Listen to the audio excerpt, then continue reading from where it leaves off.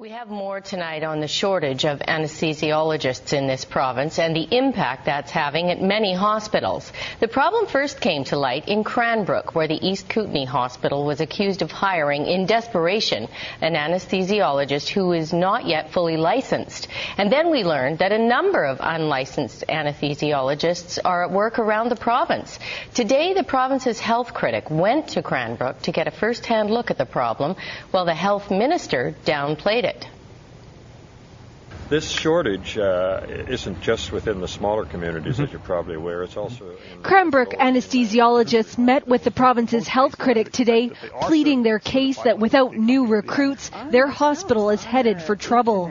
There's a shortage in British Columbia, and we've got to deal with it. And it's particularly acute here in Cranbrook, and that's resulted, in what people here are saying is a crisis, and I think it is. The crisis so dire it's causing surgical delays. The hospital recently hired a new anesthesiologist, but the department had resigned over the decision, saying the recruit was unqualified. Administration had assisted so far, but now they have completely taken over recruitment. We have no longer any say in who, what, when, how is brought into the workplace.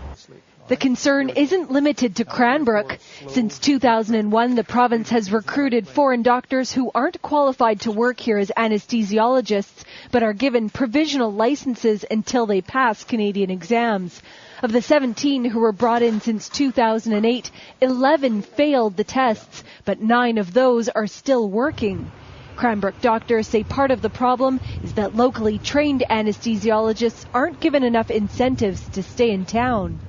The other provinces are outbidding us, and consequently we have young graduates that leave the province, and there are lots of young graduates in other provinces who are looking for jobs, but they're not looking in BC.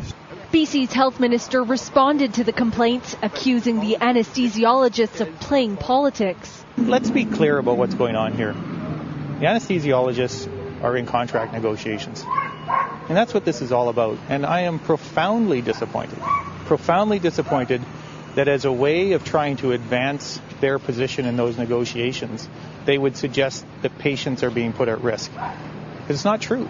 The province says it is recruiting more anesthesiologists, but those who are already practicing in BC are qualified to do so.